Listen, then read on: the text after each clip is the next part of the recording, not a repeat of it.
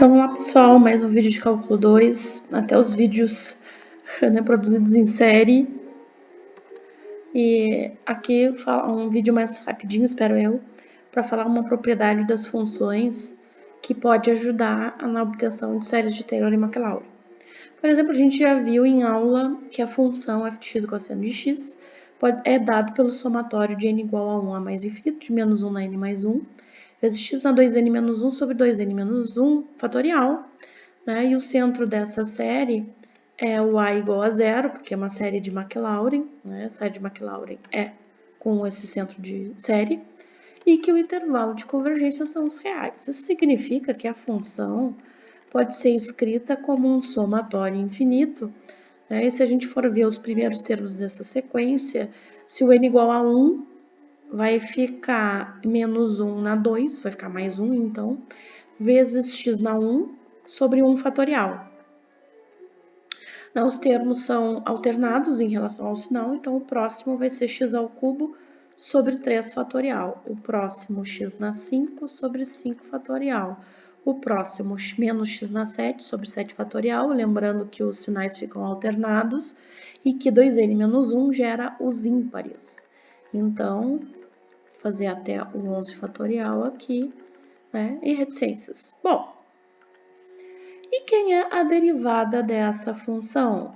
Da derivada da função seno de x? A gente sabe que é cosseno de x. Bom, a gente não definiu que essa igualdade é válida para todo x devido ao intervalo de convergência? Sim.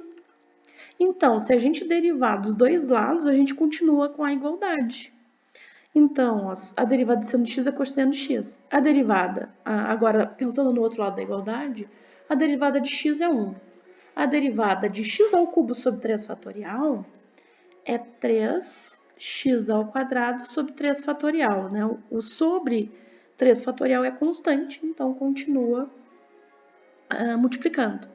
Derivada de x na 5 sobre 5 fatorial é 5x na 4 sobre 5 fatorial. Derivada de menos x na 7 sobre 7 fatorial é menos 7, x na 6 sobre 7 fatorial. Derivada de x na 9 sobre 9 fatorial é 9x na 8 sobre 9 fatorial. Derivada de menos x na 11 sobre 11 fatorial é menos 11x na 10 sobre 11 fatorial e assim por diante.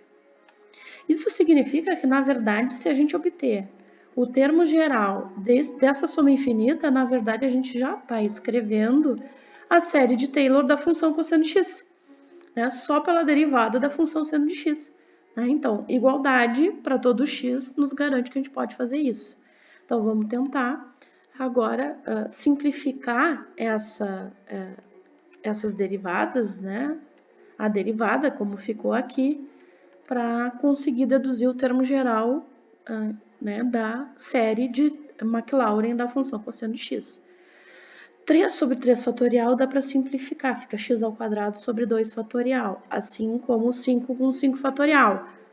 Vai dar x na 4 sobre 4 fatorial, considerando que, por exemplo, 3 fatorial é 3 vezes 2 fatorial, 5 fatorial é 5 vezes 4 fatorial, e aí, né, o 5 multiplicando o fatorial, o número multiplicando o fatorial sempre vai conseguir se simplificar.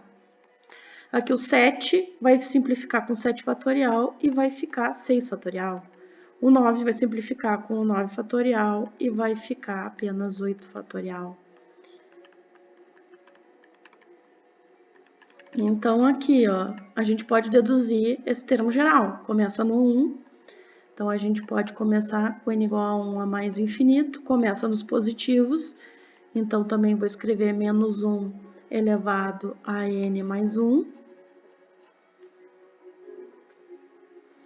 Agora, os expoentes são pares, então só são na fórmula 2n, x na 2n. Ah, peraí, tem que começar do zero, né? Porque começa com a constante 1, 1 vezes x na 0. Então, aqui a gente só tem que considerar que começa do n igual a 0. Então, começando do n igual a 0, a gente também tem que ajustar aqui o expoente de menos 1, né? Porque como estava, né, ia começar com negativo. Agora, começa com um positivo, menos 1 na zero é positivo.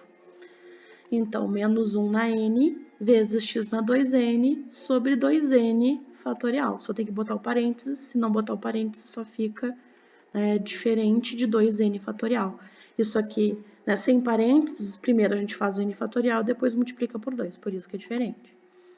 Então, na verdade, se a gente fosse fazer a série de Maclaurin da função cosseno de x, isso aqui é o somatório de n igual a 0 a mais infinito, de menos 1 na n, x na 2n, sobre 2n fatorial. E o intervalo de convergência também, façam como exercício, seria todos os reais. Tá? Isso também vale, pessoal, para integral. Tá? Se a gente, por exemplo, partisse da função cosseno de x e quisesse a série de Maclaurin da função seno, a gente precisaria integrar cada termo e fazer as mesmas deduções. Tá? Era isso, até a próxima.